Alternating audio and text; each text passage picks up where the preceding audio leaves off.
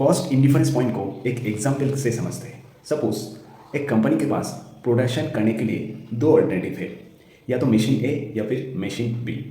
अब cost indifference point एक ऐसा यूनिट्स ऑफ प्रोडक्शन है जिसको प्रोडक्शन करके टोटल कॉस्ट मशीनरी ए में भी सेम आता है और मशीनरी बी में भी सेम आता है। बोला है cost indifference point is the level of activity at which total cost मतलब फिक्स्ड और variable cost under two alternatives are equal मतलब सेम। अब इसका फॉर्मूला क्या है देखो, difference in total fixed cost divided by difference in variable cost per unit. It can by इधर machine A और मशीन बी, यानी कि दोनों अल्टरनेटिव है।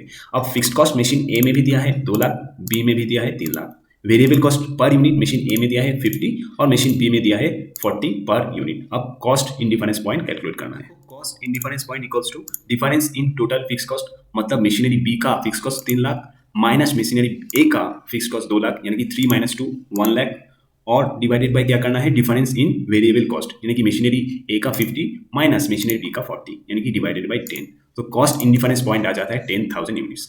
अब इसको हम प्रूफ करेंगे, यानी कि टोटल कॉस्ट अंडर मशीनरी ए और बी इक्वल होना चाहिए। तो फिक्स कॉस्ट मशीनरी ए का 2 लाख था, मशीनरी बी का 3 लाख था।